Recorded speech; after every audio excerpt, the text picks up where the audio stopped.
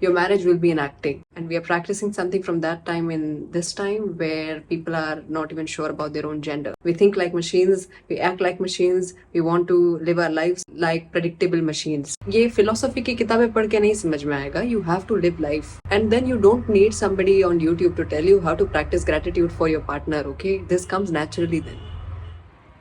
Namaste. So we have a question today which goes like, what are your thoughts on marriage? Is it a social construct or vital part of mortal life? So I have no experience of marriage, but I have enough experience of the other gender to make a decision about it. So I guess that qualifies me to talk about it.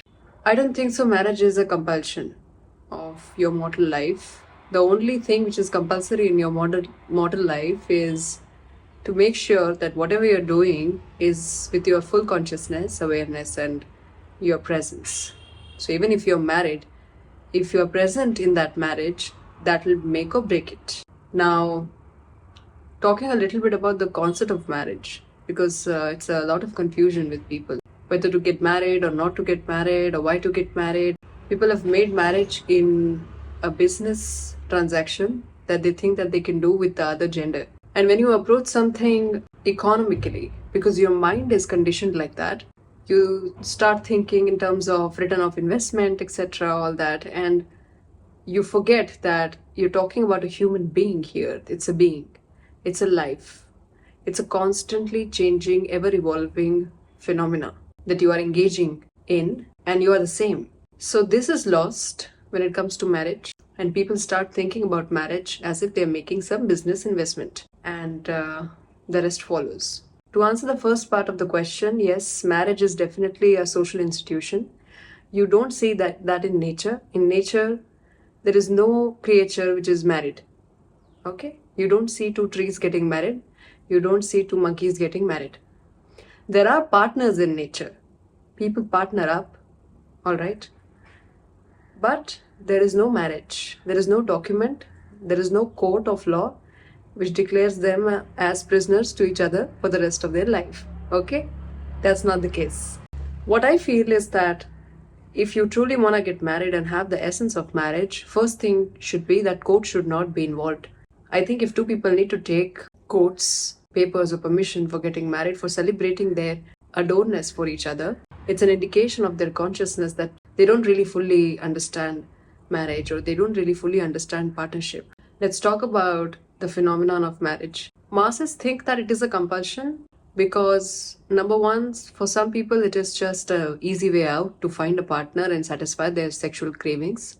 That's the number one reason why people get married. And I'm talking about most people. Not all people fall into this category. Second category is of people who have fantasized and romanticized their entire life, and they've already planned out their entire life, and now they want that plan should work out, and if marriage ends up being the part of that plan, they want to execute it. So it's again a business execution. All right? That's why they get married. Then there's a third category of people who get married because they truly really adore each other's presence in their life, and they are two individual conscious beings who've made a conscious decision of celebrating their love for each other. So that becomes a celebration. So marriage is really a celebration in its highest use. It has that potential, but unfortunately most people are not using it like that. Most people are using marriage as something that they are entitled to. They think that they're entitled to marriage, so their parents probably should find them a good guy or a good girl and they should get married, or they themselves feel the societal pressure of doing that themselves. I have to absolutely find a guy before I turn 35 as a woman, otherwise I won't be beautiful and I can't find a guy, and if I don't find a guy, then something bad is going to happen in my life, or I'm going to spend the rest of my life alone. What is the problem if you spend the rest of your life alone? That is the question you should be asking, not the question which, should I get married or should I not get married? That should not be the question in the first place. In my eyes, people who can truly enjoy a good marriage are the people who know how to live in solitude, who enjoy their own solitude. So if you don't enjoy your own solitude, my advice would be don't get married. It's It's not going to work out. Your marriage will be an acting, and life becomes hell if you have to act every single day in front of a person who is also acting in front of you. All right. And I don't judge people who get married, don't get me wrong. I'm nobody. I'm not here. This YouTube channel is not about judging people. It's not about that. It's just a question that I'm answering. I'm answering what I think and my observations about it. Because I have a way to look at things. I have an insight into things and I share it with people. So if you really want to get the best out of this phenomenon of marriage, this happening of marriage, you should learn how to be alone first. Many people marry out of the fear of what if I'll end up alone? And it's such an artificial fear. It is artificially created fear in your subconscious, because the fact of life is everybody is alone. I mean, you come alone and you'll go alone. It's like, it's true. It's a fact of life. Others come and go in your life, and gratitude follows for that when you come to terms with this truth of life that I am alone. This is the fact. My solitude is my home. So if you don't know this, and ये philosophy की किताबें पढ़ के नहीं समझ में आएगा, you have to live life. You have to learn how to live alone for this to make sense to you, for this to become a living reality inside you. And then you don't need somebody on YouTube to tell you how to practice gratitude for your partner, okay? This comes naturally then. Why will you not be grateful for somebody in your life who has been there, present in your life, when there was absolutely no reason to be? I mean, this is a very random thing that happened in nature, and you are in their life and they are in your life, and you guys are sharing a couple of moments in this vast reality of space-time and beyond, and you get together for a few moments in life. Why wouldn't you be grateful for that? It is a natural phenomena then. Then things like taking each other for granted, etc., etc., it does not happen. These are all out of the window. Things like taking each other for granted, things like getting confused about marriage comes into play is because you are not taking that decision in your full consciousness. So I would say that you should work first on that and then talk about things like marriage, etc. This video is also in no way to shame people who want to get married or lift people's egos who think marriage is for stupid people and dumb people. It's not about that.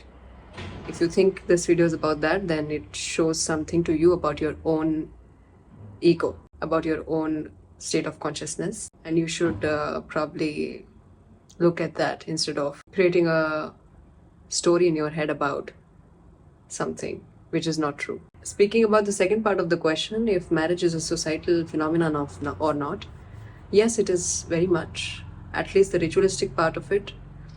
In early times, especially in the culture that we come from, which is the Bharat culture, in the Vedic times, at that time, marriage had a very different connotation to it, and the practices and rituals are a part of that time.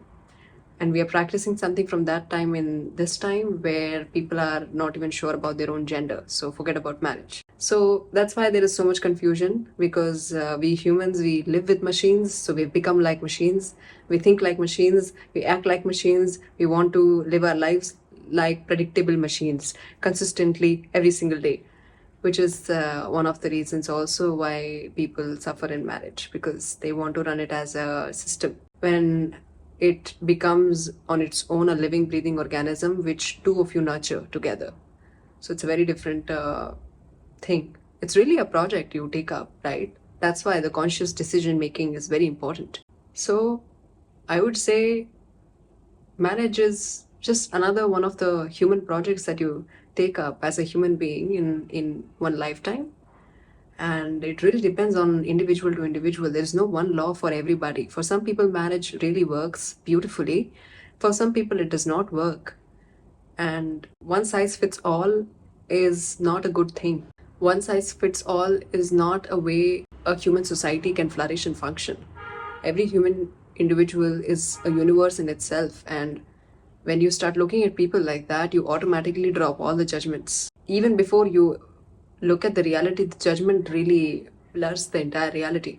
Your interpretation about the person comes first, then the person itself. So make sure you don't do that. There are practices that can maybe help you with really imbibing this in your life. Probably I'll talk about it some other time on this channel. So just be very chill about marriage. It's just one of those things, one of those projects which if you really want to do, you can do, and if you don't want to do, you don't have to.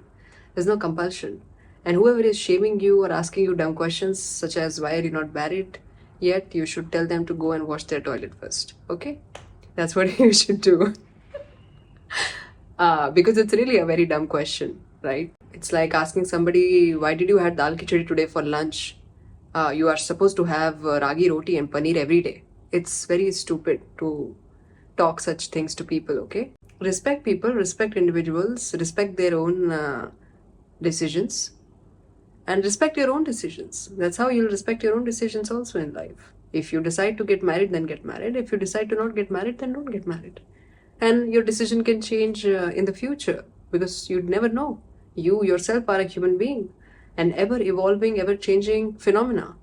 So when you realize that, you will see that my life does not have to be a system, a consistent same to same kind of a thing. It does not have to be that. So yes, marriage is a social construct. For some people it does not work. An even better social construct would be, in my eyes, the freedom for individuals to coexist with different life decisions that they make. You should always judge people's actions. You should never judge them. How can you judge a human being? It's not possible. As I said, every human being is a universe in themselves, and it's an ever-changing phenomena. So something which is changing constantly every single moment, how do you judge it? How do you do that? What is the basis? On the basis of what are you judging somebody? But you can judge their actions because actions are complete and whole in that moment. That is the base, that is the foundation for you to judge the action, but not the human being. So this can be a good takeaway from this video. I hope I made sense. This is purely individual take on marriage. It does not have to be absolute. And yeah, see you sometime again. Thank you.